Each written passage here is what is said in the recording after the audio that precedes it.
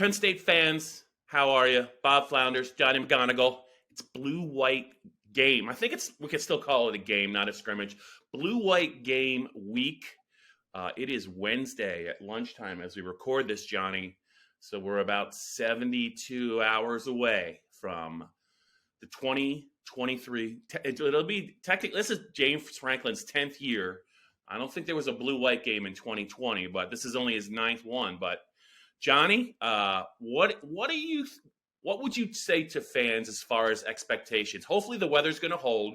I mean, the early forecast says it could be in the 70s. There's going to probably be a chance of rain, but who cares? Temperature in the 70s, great time to come up. There's a lot of excitement about this team. You might see some really talented players play. I'm not sure how long they're going to play, but what would you say to the fan base right now as we get ready for this blue-white game as far as expectations? Bob, I'd say first and foremost, enjoy the weather, enjoy the tailgates, enjoy Happy Valley on a football Saturday in April, and the football will be the football. I don't know how much we're really going to see, like you mentioned. There are guys who have picked up bumps and bruises throughout spring ball or even before spring ball and have been limited or held out that we're probably not going to see a whole bunch of. There's guys who have proven a lot already in their Penn State careers and don't necessarily need a spring game to do that. And also, just to keep in mind, this is a big event for the community and a big event for a lot of the outside stuff. But for Penn State, right, this is their 15th of 15 spring practices, just one of 15. That's the way I'm sure that, players, I'm sure will get amped up a bit more getting into Beaver Stadium and getting in front of a crowd. But it's not like there's any need to rush a player onto the field for the blue-white game. So always keep perspective going into these things. And, if a player, if a quarterback goes 10 for 12 for 190 yards, like that doesn't necessarily mean Jackson Smolik is not starting on September 2nd. Yeah, I got you. Right. But you always want to see positive steps for any player that is playing the spring game, regardless of where they're at in their careers, whether they're an early enrollee, whether they're a third-year guy trying to make a name for himself and get on the field. So looking forward to which guys end up playing first and foremost and which guys end up standing out. Yeah, and I would also say to the fans, I think if you're going to go up, especially if you're going to go up for the game, and the game's going to be at 2:00. I believe it's going to be on the Big Ten Network. It's not official yet, but I saw some stuff on social media. At some point, if you want to see the game, you're going to be able to see the game. But if you're going to go to the game, and I would imagine if the temperature is going to be, somewhere in the 70s, I think you're going to see a pretty nice crowd there.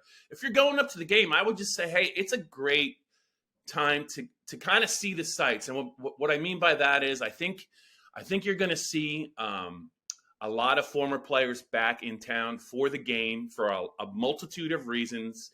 There's been some stuff on social media about maybe some players signing some things, some former players doing some stuff for NIL collectives and trying to get some money together for Penn State's athletic programs, specifically the football program. I know there will be some recruits right up there, whether they are already verbal or they're interested in Penn State. That's always the thing I think the fan base kind of gets excited about. So I think there's a lot to kind of just keep your eyes peeled because you never know who you're going to run into at a blue-white game, whether it's right outside the stadium or in a parking lot, or you could be tailgating next to somebody. And I think the weather's going to be right. I'm glad it's not going to be in the 40s or 50s for mid-April. I just think with the excitement around this team, if you have a Saturday off and you're a couple hours away from the blue-white game, you should go up there and check out everything there is to check out. Yeah, there's so much, like we just said, there's so much around the game, so much around the weekend to do. On the field, I think a lot of people are intrigued by, or the driving force of, people actually going into the stadium and not staying at their cars, having a couple drinks, would be to see Drew Aller. Yeah. And I think his first kind of extended action, assuming he throws more than, 10 passes, because we've seen him play in 10 games last season. We saw him play over 140 snaps, stepped in the Purdue game, the Auburn game, all that stuff. But there's no Sean Clifford, taking snaps ahead of him now. This is the first time that Drew and Bo Perbula will be able to see how they've been faring, and how they've progressed. And again, they're going to keep it vanilla. Like Mike Yursich isn't going to roll out the updated Falcon package or, the Lion position for Bo, or, they're not going to do anything too out there or weird. It's going to be pretty vanilla, pretty straightforward. But, when I remember when we were talking to Kalen King a couple weeks ago, and he's saying how good Drew has been about putting the ball on the outside shoulder and leading receivers and making it hard on DBs. Like, I know I want to see that. I know you want to see. I'm sure the fans want to see that. And so I think the quarterback position, as it always is a lightning rod for interest, for conversation. And surely, no one will overreact to whatever happens in the blue-white game, Bob. Right? Everyone's always so level-headed about spring games. But you do want to see positive. You do want to see steps taken, and I'm sure the teammates want to see as well Drew step up and be continue to grow into his voice and grow into his role. And so the quarterback position is always the most interesting position on the team. But there's a handful of other positions that I know you and I are both looking forward to seeing unfold as well. Yeah, and that's a great setup, Jada. Let's get into that. Just listening to James Franklin talk on Tuesday night, the final really media availability before the blue-white game. He talked every Tuesday. He kicked off spring practice with a pretty lengthy news conference. To me, it's a little interesting that some of the things he was a little concerned about at the start of spring, it kind of feels like he's still a little concerned about a couple of those things. I think at least one of them you can explain away, but let's just talk about two areas that James has hit on pretty consistently about, hey, we still have some things to find out about these positions. One which I think can be a little bit explained away is the defensive tackle room. They're replacing PJ Mustipher, Johnny, we know that. And he did say at the start of spring that at least one or two of those guys might have been a little dinged up and maybe a little limited this spring. I believe one name he mentioned at the start was Keziah Izzard, but you just wonder how many guys really got extended work this spring at defensive tackle. He did rave about Zane Durant, who does look great. That to me is not as concerning as the one that's a little more than a little concerning to me is the wide receiver room. Once you get past two players, really it's Keandre Lambert-Smith and it's Harrison Wallace, Trey Wallace. They have clearly separated themselves, according to themselves, from a pretty large pack of scholarship wide receivers. But the fact that James is still talking about no one emerging yet here as we get into mid-April, you could try and spin it and say, well, he's trying to encourage the younger receivers and some veterans and say, look, keep competing. But James has always kind of been a straight shooter at this time in spring practice. And I'm just beginning. Usually he throws out one name or two. He has not mentioned anyone else. Wallace mentioned Omari Evans a little bit on Tuesday night.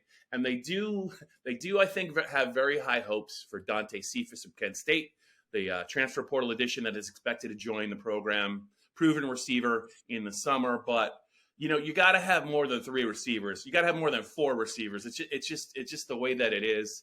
I think it's been a priority and it's been a problem, Johnny, almost from the time they got back from the Rose Bowl when he pulled the trigger, put Marcus Hagans in as the new receivers coach. They had a lot of guys I think they wanted to add via the transfer portal. I don't think it worked out the way maybe the original plan was supposed to be. But, Johnny, those are the two groups I think that if you're a Penn State fan, maybe a little bit of a concern there. Yeah, for sure. I mean, it's been the primary concern, I think, throughout all of spring. And as we mentioned before, it's going to be a concern going into week one against West Virginia because, when you have a guy coming in like Dante Cephas from Penn State, everyone knows the pedigree and production he had in the MAC. Whether or not that translates, we'll have to see. He certainly has the skills and all that. But first of all, he's got to get to campus. He's got to get acclimated in the offense, gain a rapport with the quarterbacks, and go from there.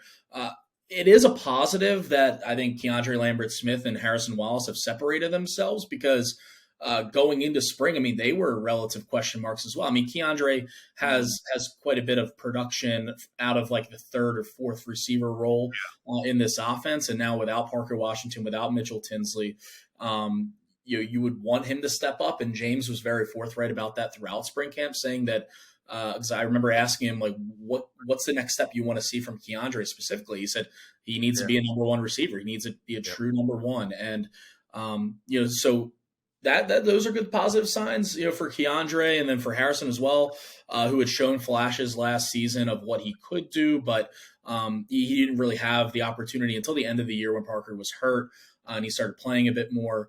You'd like to see Malik McClain transferring from Florida State, hit the ground running, and it doesn't seem like that's necessarily been the case. One of the freshmen, Amari Evans or Caden Saunders, even Malik Mega, who has been a name that when you ask the players, when you ask the wide receivers, who do you, or even the corners, like, which wide receiver, could emerge here, he's always an answer because of his speed and his athleticism and everything that he's brought to the special teams unit over the last couple seasons. But, whether or not he takes a step, like this could be an opportunity. And we always say I joked about overreacting a few minutes ago about the blue-white game, but if a Caden Saunders or a Malik Mega, someone like that comes out and really impresses and makes a few good plays, I mean, those kind of plays and those kind of moments can serve as a springboard for these guys going into the summer workouts and then into training camp, when really jobs are won and secured and lost is training camp ahead of the football season. So,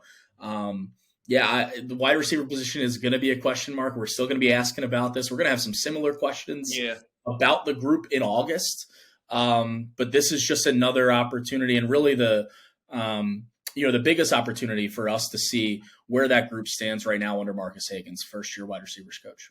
Yeah, and I'm glad you mentioned Marcus Hagan's, because that could be another reason why, it would not surprise me, Johnny, if in his first spring at Penn State, he wants to take a really long look at everything that he's got, and he's probably in no hurry to maybe declare anything. I just think that, as a new guy on the block, even though he accomplished so much at Virginia as that position coach, I wouldn't be in any rush to make any big pronouncements in mid-April either if I wasn't sure. And maybe that's another reason why maybe you're not seeing anyone making any pronouncements about the number 3 and number 4 receivers. We'll have to wait and see, but that could also be the case. Johnny, I wanted to give you some kudos, because there's going to be one Penn State player we're definitely not going to see at spring at the blue-white scrimmage.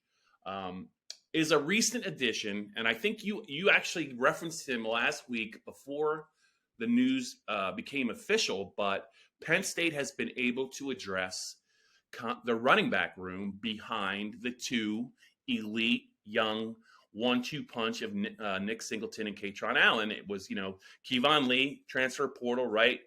There's some help on the way in August, but unproven help, and you just don't know what you're going to get from those guys, in August. But Trey Potts, a guy with strong Pennsylvania high school ties, a guy that unfortunately was behind a workhorse at Minnesota last year, has announced his intentions to become a Penn State Nittany Lion. I think it's a pretty key under the radar get for James Franklin. He's getting lauded and rightfully so for what he's doing on the recruiting trail when it comes to high school players, Johnny. But when you look at the running back room, I as good as they are at the very top of the depth chart, I think that probably Coach Franklin was a little nervous about the depth, and to add somebody like this, I think really, really is a key get for this team going into the season. Yeah, Bob, thanks for the pat on the back. I remember, it was last week. I was like, how did Johnny know? Well, I mean, I'll hand up here. I mean, it was telegraphed a little bit by there was a report out there that he had visited a couple weeks prior, and just knowing the need and knowing the situation. Mm-hmm. Now he's the type of player that could have gone to a smaller program and been the guy, because he had really shown really good steps, really good positive, like just good running when Muhammad Ibrahim was out when he went out injured in the 2020 season, I believe it was. 2021.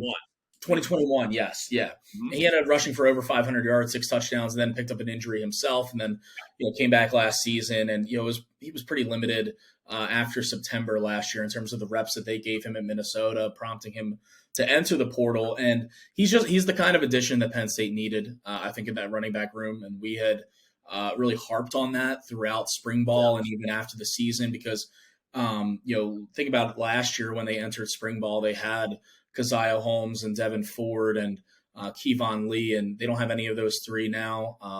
After they all leave because essentially it's the Nick Singleton and Katron Allen show.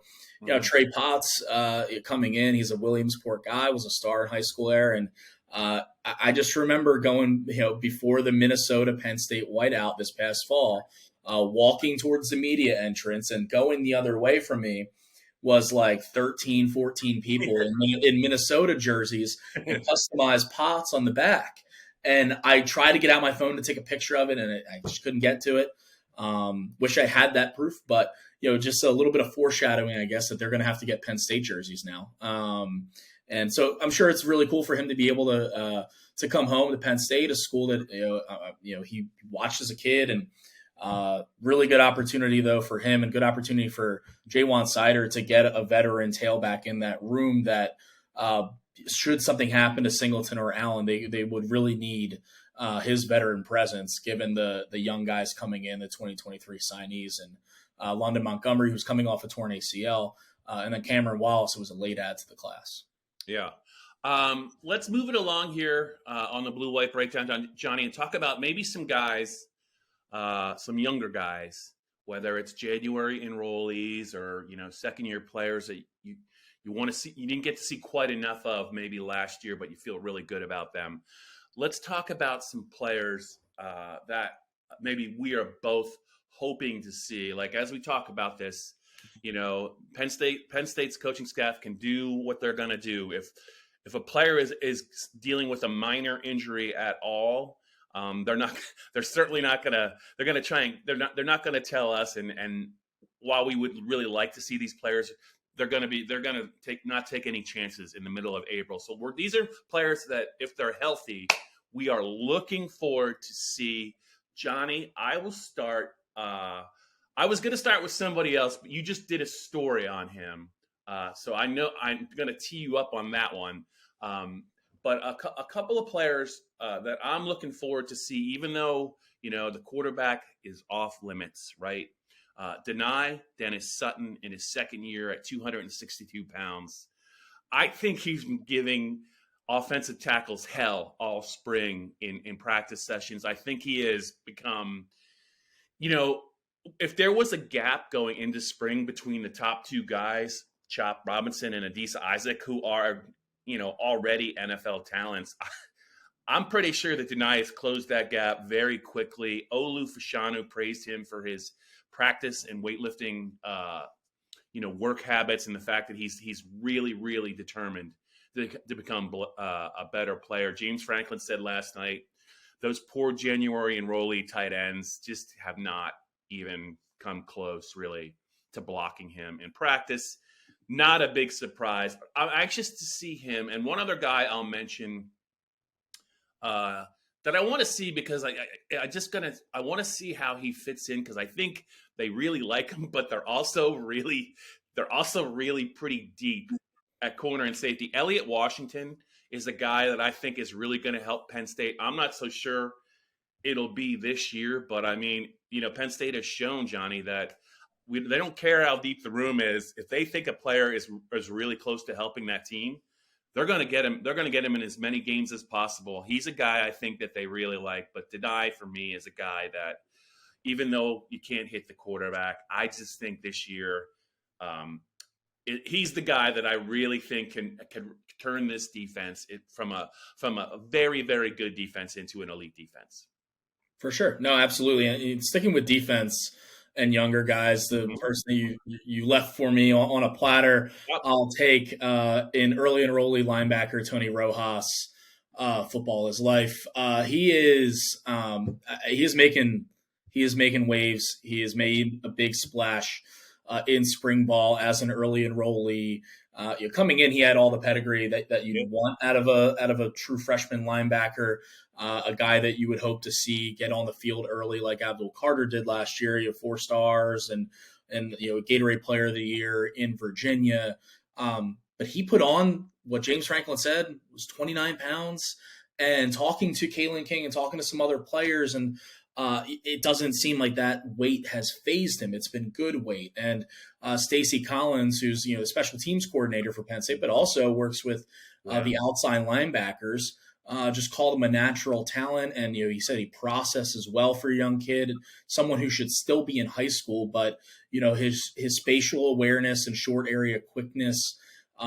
It's just not what you normally see out of a true freshman. And so it'll be interesting if the patrons of Beaver Stadium get to see that. If we get to see that from the press box to see if he makes a big play or two at linebacker in a position room, by the way, that obviously is super talented when you look at Abdul and Curtis Jacobs. And I like what Kobe King can do it in the middle.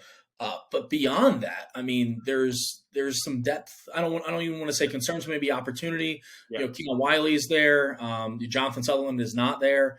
So I think this is a real opportunity to finish the spring on a high for Tony Rojas and a couple of others too. I know that you mentioned quarterbacks being off limits. I'm not going to go with Drew Aller. I'm going to actually go with Bo Perbula and just mention that because he is entering an offseason, entering a summer and then a training camp where he's going to have an increased role. He's going to have an increased role on this team.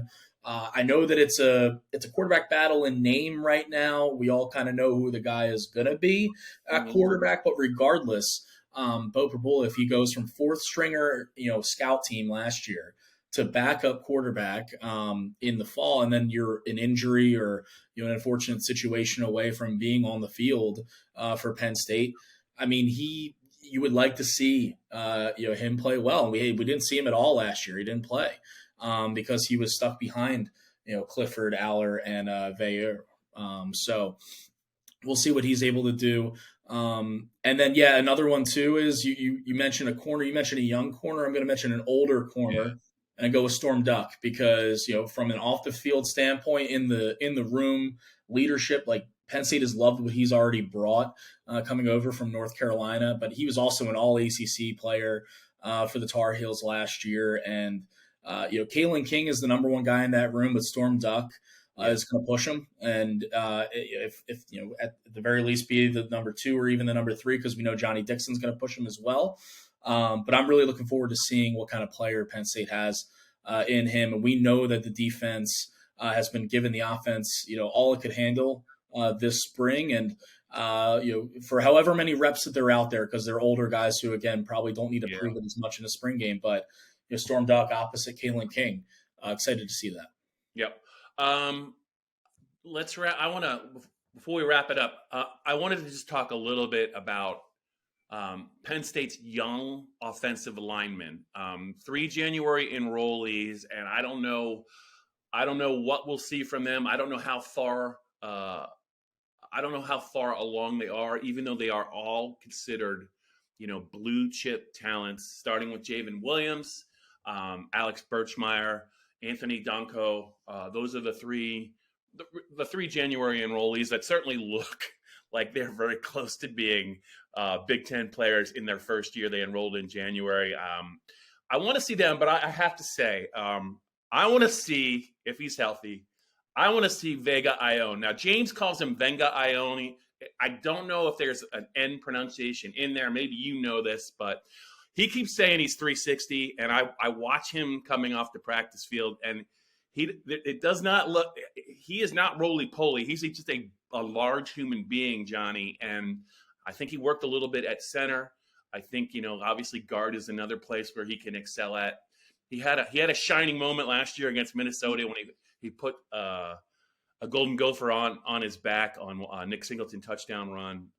But he's a guy that I'm excited. Hopefully, I want to see him going against these interior defensive linemen if he's going to play. But just your thoughts on maybe what the expectations should be For the offensive line, because the narrative has really changed. Everyone, James last year was saying we might not even have 5 healthy offensive linemen for the spring game, and they really had to kind of curb like what they could do in spring. They got some help on the way in August practices, and obviously the offensive line came a very long way.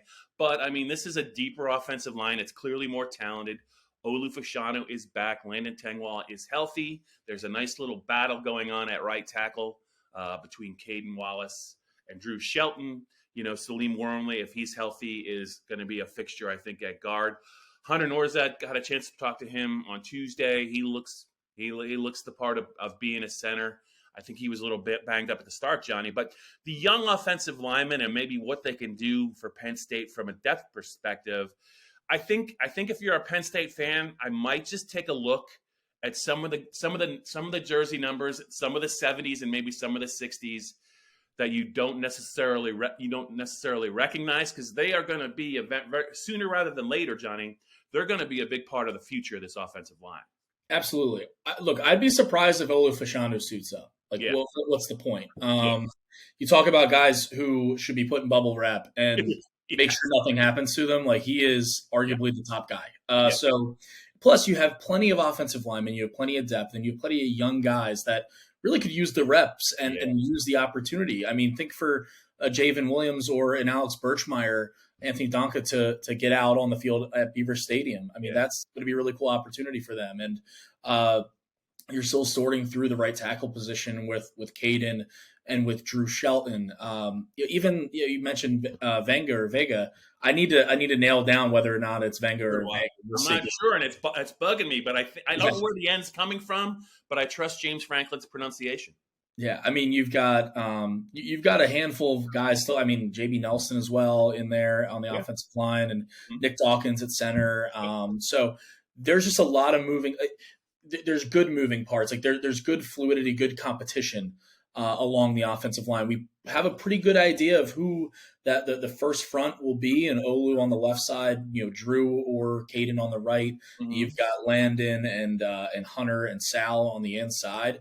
But there's so much talent behind them, so much talent pushing them that, go ahead and get, when you get your roster out, your eyes are initially going to go towards the quarterbacks and the running backs and the wide receivers and tight ends too, Jerry Cross and Khalil Dinkins and those guys who have opportunities to step up with Brenton Strange gone. But the offensive line, I'll have my eyes peeled on how those guys are doing and how many reps and where guys are lining up and all that. This is, this is their final spring practice. And so everything is kind of built to this for them. And this is going to be the lasting impression that they have, not only for themselves personally, but on the coaching staff before they have those post-spring conversations with Franklin and the assistants. And so they're going to want to prove themselves worthy of playing time upcoming in the fall, and they'll have that opportunity. Spring is in the air in central Pennsylvania. It's mid-April. Blue-White Breakdown podcast with Johnny McGonigal, Bob Flounders. We just put a bow on our Blue-White game preview. Saturday, April 15th. The game's going to standardly start sometime around 2 o'clock. The weather hopefully will be somewhere in the 70s. That's the way it stands right now. Hopefully, if there's a chance of showers, hopefully it's minimal or they just completely get out of there. But I think it's a great time to be a Penn State fan, considering what's on the table for James Franklin's program as they get ready for the fall. It sounds like he was pretty pleased with the way they got through spring. There's still a couple of questions, Johnny, but hey, there's always going to be a couple of questions at this point in the year. And they did not sound like they were major questions like they have been in years past, Johnny. So looking forward to the Blue-White game experience. Johnny, I'll see you up there. Penn State fans, you're not done with Johnny McGonigal and myself. We will be back a little bit later in the week to talk about, there's been a lot of stuff going on at Penn State that's not necessarily related to this Blue-White game, especially on the recruiting trail. Penn State's killing it. We're going to talk about that and some other things. We'll have another Blue-White Breakdown podcast, you guys. We will be back a little bit later in the week.